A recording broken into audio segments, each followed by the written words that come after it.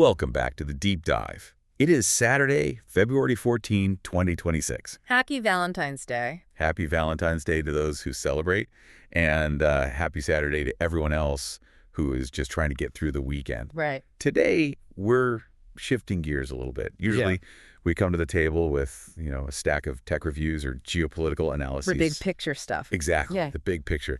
But today, we're starting with something much smaller, and yet, I think, much heavier.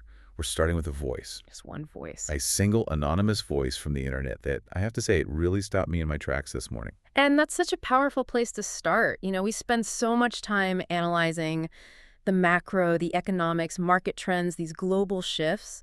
And we can forget that the truest data, the really potent stuff, often comes from the micro. The individual experience. Yes. The internal world of a single person can sometimes act as a barometer for the entire cultural climate. And honestly, given the date, looking at the state of modern connection through the lens of one person's confession feels incredibly timely. It really does. So before we get into all the sociology and the psychology of it all, and believe me, we have a lot to unpack there, I want to set the scene for you. Okay. I want you to imagine it's late at night, the room is dark, maybe there's just that blue light of a phone screen illuminating a face. And on that screen is a text box. A blank slate. A blank slate on a forum called Are True Off My Chest, or as it's referred to in our source notes today, that's Honest Confessions. Yeah. Now, for anyone who doesn't know, this is not Instagram. No. Oh, absolutely not. It's the polar opposite. It's not where you post the highlight reel. Not at all.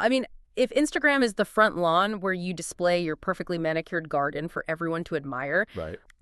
then Our True Off My Chest is the cluttered, dusty basement where you keep the things you don't want the neighbors to see. It's the digital equivalent of a confessional booth, but, without the priest. Just you in the void. You in the void, that's it. And into this void, an anonymous user types a story. It's not a long story. It's not some grand manifesto. But the core of it, the line that really just grabs you by the throat, is a simple, devastating sentence. I am not good enough. I am not good enough. And this isn't a teenager having a bad day after prom. This is a grown man identifying himself as an introvert, looking at the whole modern landscape of dating and connection and feeling completely, utterly defeated. That phrase, it's I am not good enough, that's the anchor for this whole thing. It's so heavy, and we have to be really careful not to just brush past it and label it low self-esteem. Why not? Isn't that what it is? It is, but the phrase itself implies a measurement, doesn't it? To be enough suggests there is a standard you're being measured against. A benchmark you're failing to meet. Precisely. It implies that you have calculated your own value and found it lacking. It's a judgment, not just a feeling. He writes about this crushing weight.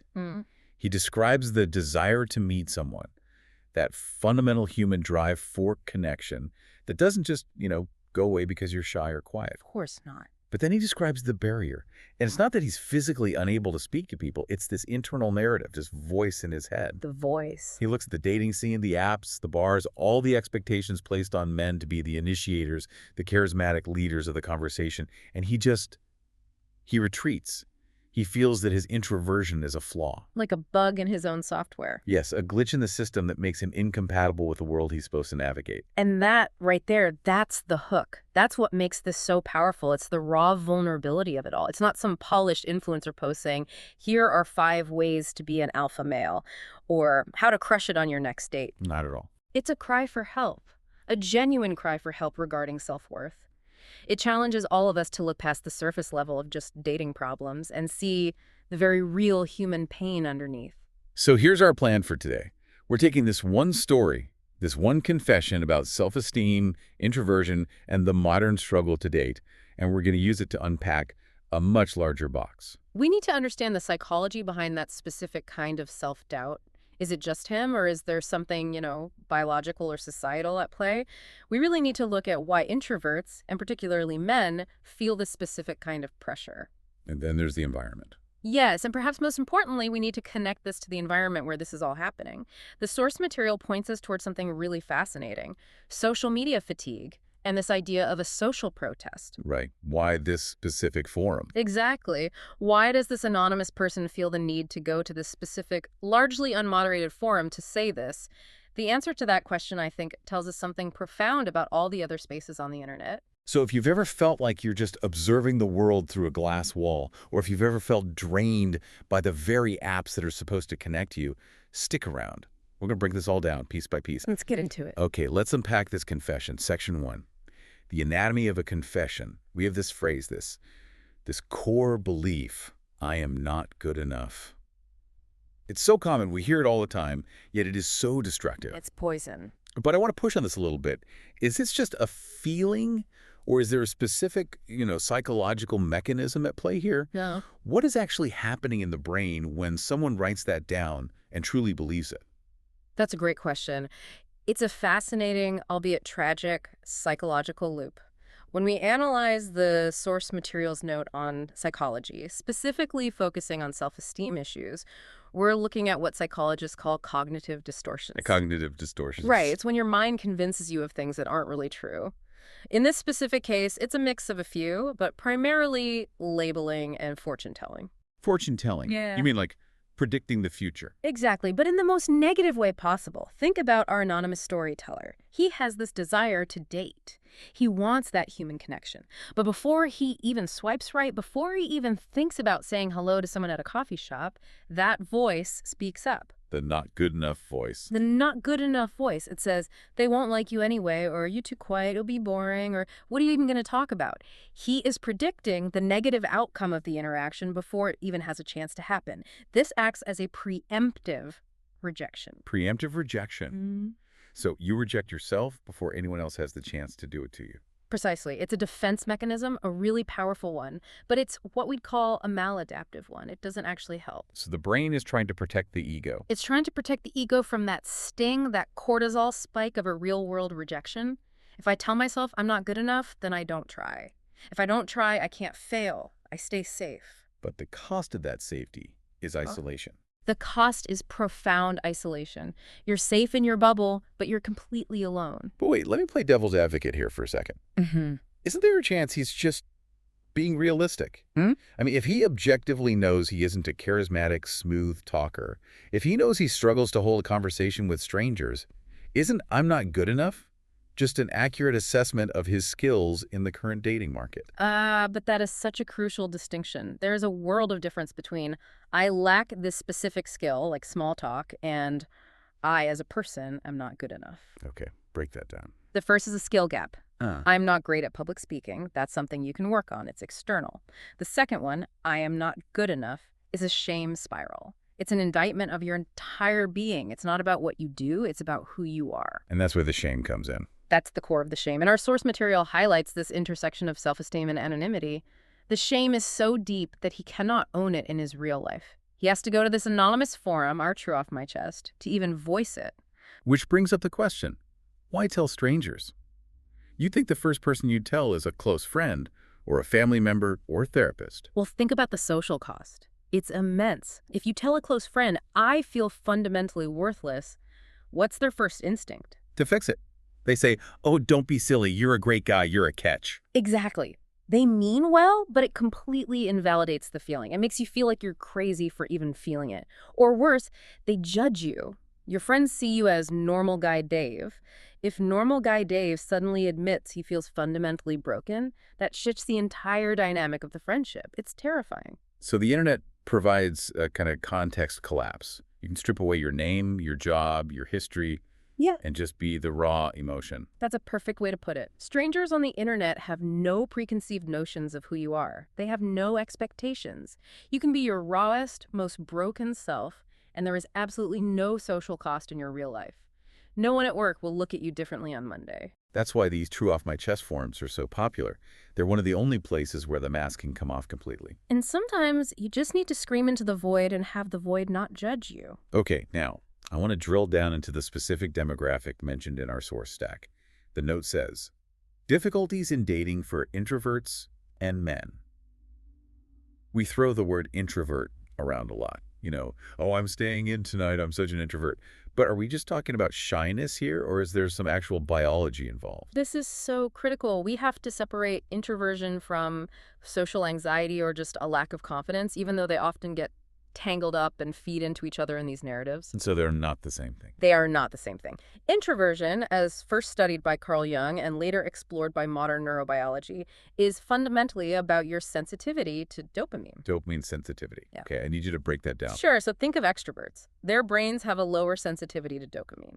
To feel good, to feel stimulated and engaged, they need a lot of it. So they seek out things that provide that rush. Exactly. Loud music, big crowds, meeting lots of new people, these things flood the brain with dopamine, and the extrovert feels fantastic, energized, alive. Okay, and introverts. Introverts are the opposite. They have a very high sensitivity to dopamine.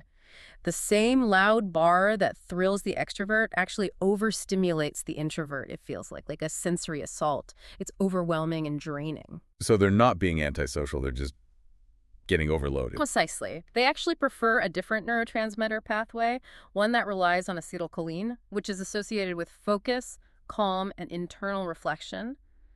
A quiet conversation, reading a book, deep thought, that's where they feel good. So when our anonymous writer says he feels not good enough because he can't handle the typical dating scene, he's basically judging a biological trait as if it's a moral failure. That is exactly what's happening. He is a Ferrari trying to drive in an off-road rally. He's an incredible machine, but he's built for a different track entirely. And the track is the problem, not the car. But, and this is the huge but, our society, and specifically the modern dating market, heavily favors the dopamine-seeking extrovert. The track is designed for them. Oh, absolutely. Think about a standard first date. It's almost always a high-stimulation environment. A loud bar, a busy restaurant. You have to be on. You have to perform charisma. For an introvert, that's not just an activity, that's an energy tax. It is a massive energy tax, and for men specifically, there is still this prevailing societal script, despite all our progress, that demands they be the initiator, the pursuer, the hunter, the one who drives the conversation forward and makes things happen. The one with all the good stories. Right. So if you are a male introvert, you are fighting two battles simultaneously. One, you are fighting your own biology, your natural need for low stimulation environments. And two, you are fighting a cultural script that says quiet men are not confident men. And confidence is supposedly the ultimate currency. That's the introvert's paradox that's mentioned in our notes. Yeah. You desperately want the connection. Introverts aren't hermits. They crave deep, meaningful connection. Often more than extroverts do. Right. But the process of getting that connection is designed in a way that drains the very energy you need to actually connect with someone. It feels like the entire system is rigged against you from the start. Precisely. The source notes highlight this difficulty in dating. It's not that introverts can't be good partners. Introverts are often excellent listeners, they're thoughtful, deep thinkers, very loyal. But the entry fee to the dating market is high-energy social performance. And if you have that I am not good enough narrative already playing on a loop in the background. That entry fee feels impossible to pay. You don't even have the money to get in the door. So you have a guy who feels he can't compete with the loud, charismatic, funny profiles he sees on the apps, so he retreats, and then he feels lonely. And that loneliness reinforces the feeling of not being good enough. It's a vicious spiral. It's a tragedy, really. And it's tragic because the very qualities that make him struggle to get the date, being thoughtful, quiet, observant, a good listener, might be the exact qualities that would make him a fantastic partner on the date, if he could ever get there. It is a spiral. And that brings us to the next layer of this whole problem, because he isn't just sitting in a dark room staring at a wall. He's staring at a screen. And that screen isn't a neutral observer. It's an active participant in his depression. Which leads us perfectly into section 2. The source material calls this a social protest, and it specifically links it to fatigue from social networks. Now, I have to be the skeptic again. Is fatigue really the right word, or are we just addicted? Because fatigue implies we worked hard. Mindlessly scrolling doesn't feel like work. Oh, but it is work. It's immense cognitive labor, and this is a crucial pivot in our discussion. We need to move from the internal psychology of the individual to the external environment of the digital world. The source mentions these confessions of people about fatigue from social networks. We have to ask, why is everyone so tired? I feel this. I think everyone listening feels this. It's that doom-scrolling exhaustion at the end of the day. But in the specific context of our anonymous introvert, how does this play out? Well, just imagine you already feel, at your core, not good enough. Now, open Instagram, open TikTok, what do you see? Perfection. You don't see reality. You see a highly curated, algorithmically selected feed of the top 1% of moments from other people's lives. The most attractive, successful, happy-looking people. Filtered faces. Yeah. People on incredible vacations that I can't afford. Hmm. Couples who look like they never, ever argue. Everyone is maximizing their life. 24/7. Exactly. You see the curated performance. For someone with low self-esteem, social media acts as a constant scrolling evidence locker, proving that everyone else is living a better, richer, more connected life than you are. And here's the work part you mentioned. Here's the work. It's not just consuming it. It requires a constant performance from you as well. The algorithm punishes silence. If you don't post, you don't exist in the social graph. So you feel this pressure to curate your own life to keep up. That is exhausting. The source calls it fatigue. I'd go a step further and call it performance burnout. Performance burnout. Yes, the gap between who you actually are, sitting on your couch feeling lonely, and who the screen says you should be, adventurous, social, always smiling, that gap is where the fatigue lives. It's the energy it takes to maintain that facade. It's like having a second job where you're the PR manager for your own life, but you aren't getting paid. And the only feedback is comparison and anxiety. A perfect summary. No wonder people are tired. But you mentioned social protest. How is complaining on Reddit a protest? To me, that feels more like just venting.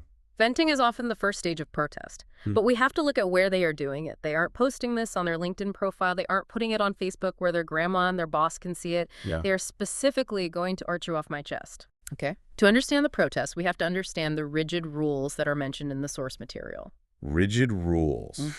The source explicitly points to this. What does that mean in this context? Are we talking about like the terms of service? We are talking about both the explicit rules, the terms of service, and the much more powerful implicit social norms of each platform. Think about the sanitized internet. Good vibes only. Good vibes only. Exactly. If you go on a dating app, there are rules, both spoken and unspoken. Be positive. Be funny. Don't be negative. Don't show weakness. Don't be a downer. Post pictures of you on a mountain, not on your couch. Right. If you go on LinkedIn, you have to be professional and hustle-oriented. If you go on Instagram, you have to be beautiful and aesthetic. These are rigid rules of conduct for each specific space. So if you're feeling messy or sad or just human, Yeah. you don't fit the rules. You are in violation of the community vibes. You are in violation. You are effectively censored, not by a moderator, but by the norms of the platform itself. You start to feel like your true, authentic self is contraband. Wow. Contraband. And this is where the history of Archer Off My Chest is so fascinating. Do you know why that specific subreddit exists? I just assumed it was a spin-off of the original Roth My Chest or something similar. It is, but it was born out of a rebellion against censorship. The original subreddit, Off My Chest, became incredibly heavily moderated. The moderators began banning users not for what they posted in that community, but for participating in other subreddits they disapproved of. Whoa, really? So they were policing your activity across the whole site? Yes, it was seen as a massive overreach. So Archer Off My Chest was created specifically as a haven for free speech, even the ugly, sad, messy, or controversial kind. It was a direct reaction. So the very existence of the forum, where our anonymous guy posted his story, is a result of people being tired of being told what they can and can't say, and even where they can and can't go. Precisely. It is a social protest against the sanitation and over-policing of the internet. When our anonymous storyteller writes, "I am not good enough," he is breaking the primary rule of the dating app, which says, sell yourself, be confident. He is stepping out of the bright, shiny marketplace and into the dark alleyway to scream. He's saying, I'm tired of the performance. I am tired of the performance. I am tired of the rules. I'm not going to pretend anymore. Here is the ugly truth. It's almost like the internet has been gentrified. The main streets are all shiny storefronts. Your Instagrams, your TikToks, they're like Starbucks and H&M. You have to look and act a certain way to walk there. That is a brilliant analogy. And Archer Off My Chest is the old sticky-floored dive bar around the corner where you can actually loosen your tie and say, man, this sucks. I'm having a terrible time. That's perfect. And it explains why these alternative forums are growing. The more curated and polished the main platforms become, the more desperate the need for these raw, unmoderated, ugly spaces becomes. It's a hydraulic pressure system. You squeeze it in one place. And it bursts out somewhere else. If you squeeze the ability to be sad or angry out of Instagram, it erupts on Reddit or 4chan.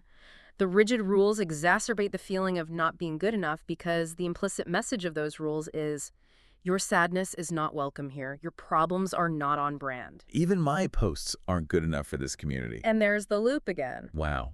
Okay, so let's put this all together. Let's look at the feedback loop here. Section 3, synthesis. We're connecting all the dots. We have our guy, the learner, let's call him, or the confessor. Let's trace his path. Let's map it out through the whole system. Okay, step 1, he starts with an internal feeling of inadequacy. The core seed, I am not good enough. Maybe it's born from his biology, his introversion colliding with cultural expectations. Check. Step 2. He tries to engage with the modern world to fix this feeling. He goes where everyone tells him to go to find connection. In dating apps, social media. Right. He seeks connection because he's human, and that's what humans do. He's trying to solve his problem. Step 3.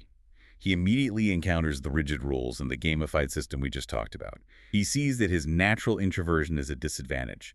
The apps reward fast responses, witty banter, and loud, extroverted profiles. He realizes he can't play the game by their rules. And he feels like a failure for it. Which leads to step 4. He experiences digital fatigue.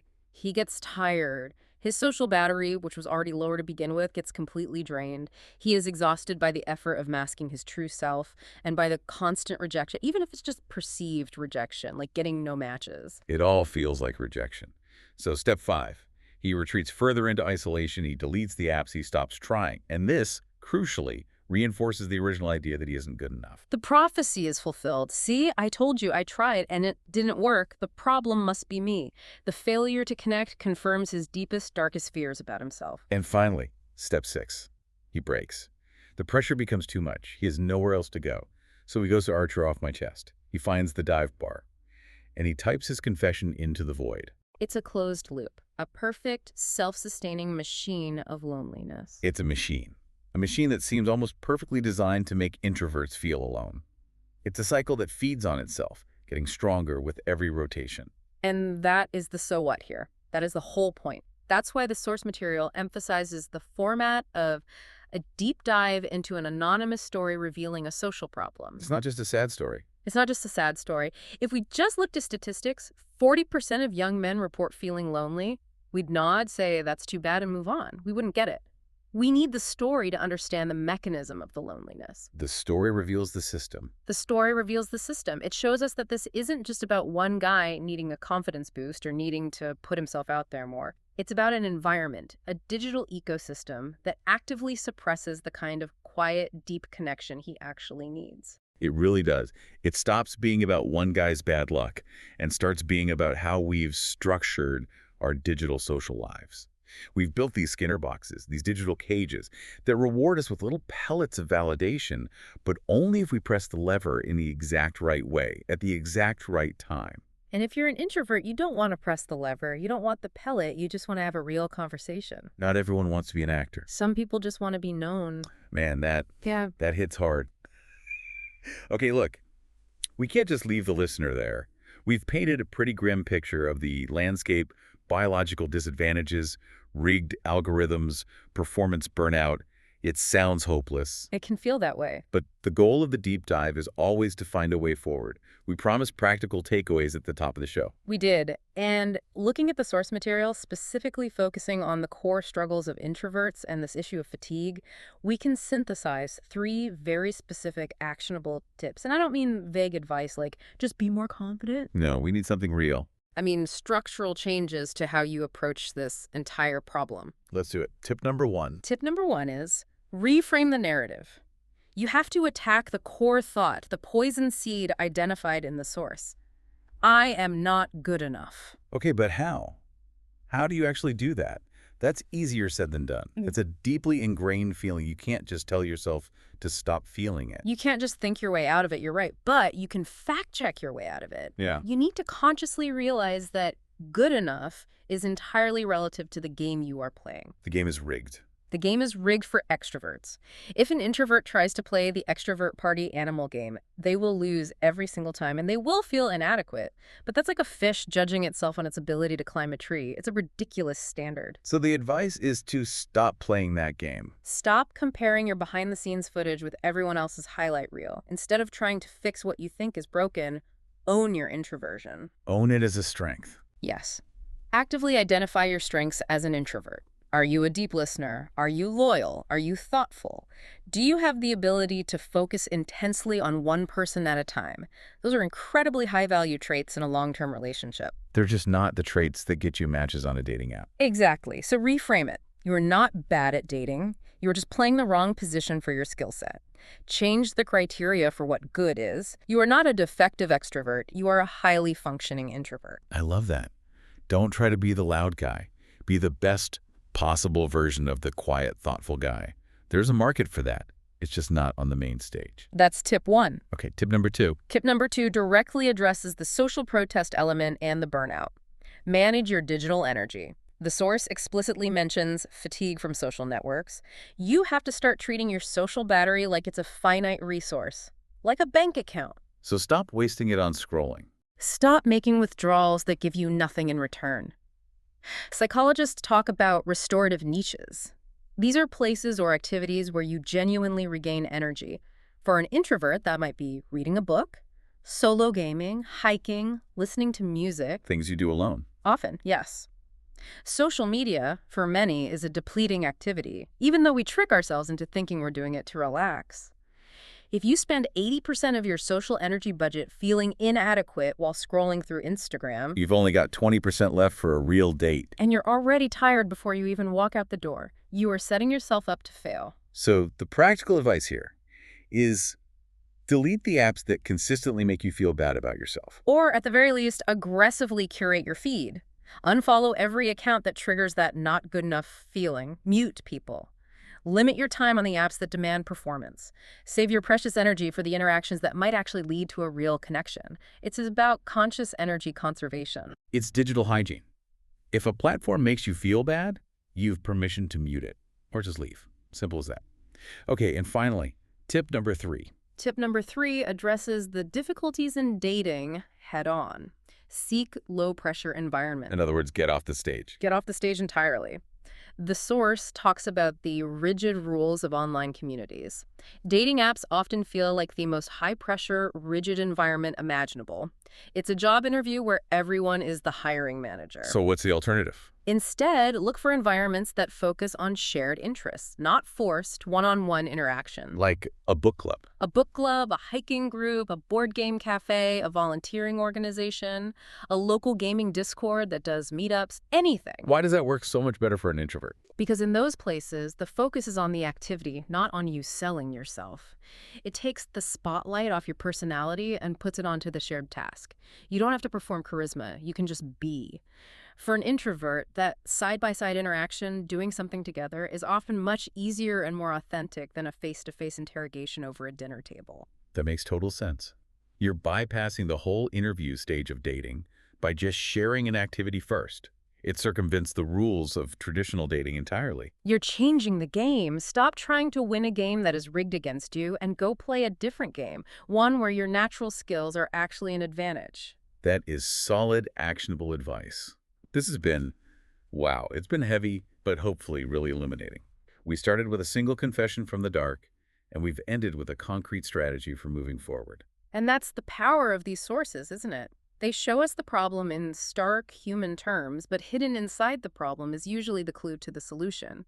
By understanding the psychology in the system, we can learn how to navigate it better. Before we go, we want to leave you with one final thought, a provocative question to carry with you this weekend. We talked a lot today about social protests. We talked about how people are rebelling against the rigid, sanitized rules of our main online spaces. So, here is the question. If our primary online spaces are causing such profound fatigue, and if they are enforcing rules, spoken or unspoken, that silence our true, messy human selves, are we actually building communities that connect us? Or are we just building beautifully designed systems that silence the very people who need connection the most? Are we building bridges, or are we building cages?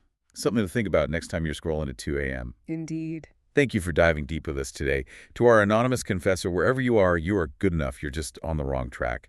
And to everyone else, take care of your energy. We'll see you in the next one. Okay.